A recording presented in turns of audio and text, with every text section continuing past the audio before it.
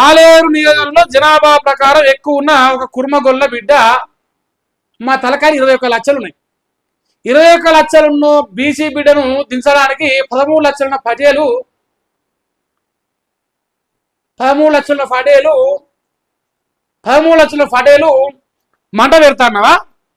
ఇది మరి వాటాలో సగం బస్తది లేని రెడ్లున్న కాడ నల్గొండ జిల్లాలో నల్లగొండలో, ఇటు పోతే మునుగోడులో, అటు పోతే పేరేం పేరా హాలియానా, అది హుజూర్ నగర్ కింద నాగార్య సాగర్ ఏమో, నాగార్య సాగరు మా ఉత్తమ్ కుమార్ రెడ్డి హుజూర్ నగరు రెడ్లున్న కాడ పార్టీలో జాయిన్ అవుతలేదా?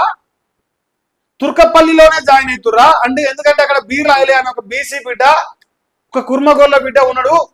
వాళ్ళ తలకాయలు 21 లక్షలు ఉన్నాయి.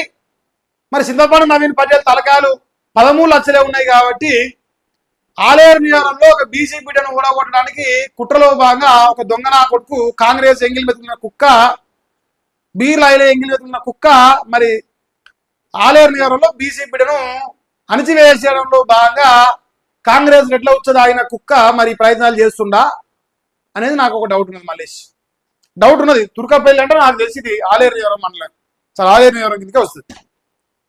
నల్గొండ జిల్లాలో ఒకే ఒక బీసీ బిడ్డ ఆలేరు ఉన్నాడు. నీ కళ్ళు ఓర్తలేవా? ఎందుకు మా కుర్మగోళల బిడ్డనా? ఎందుకురా మల్లేశా? మా యాదవ్ బిడ్డ ఉండొద్దా?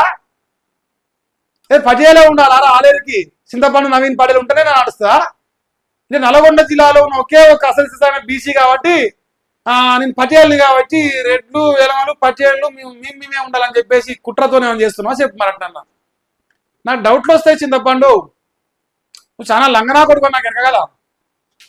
సో మరి ఆలేరులో ఆలియపోతే నిలిత్తాను బీరాయిలో పట్టుకోవచ్చు అన్నగా ఏతులకు మరి ఏ రాదు 6 గ్యారెంట్లు ఆలేరులా ఇప్పి రాదు మునగాని లెక్క దమ్ము లేని దద్దమ్మ.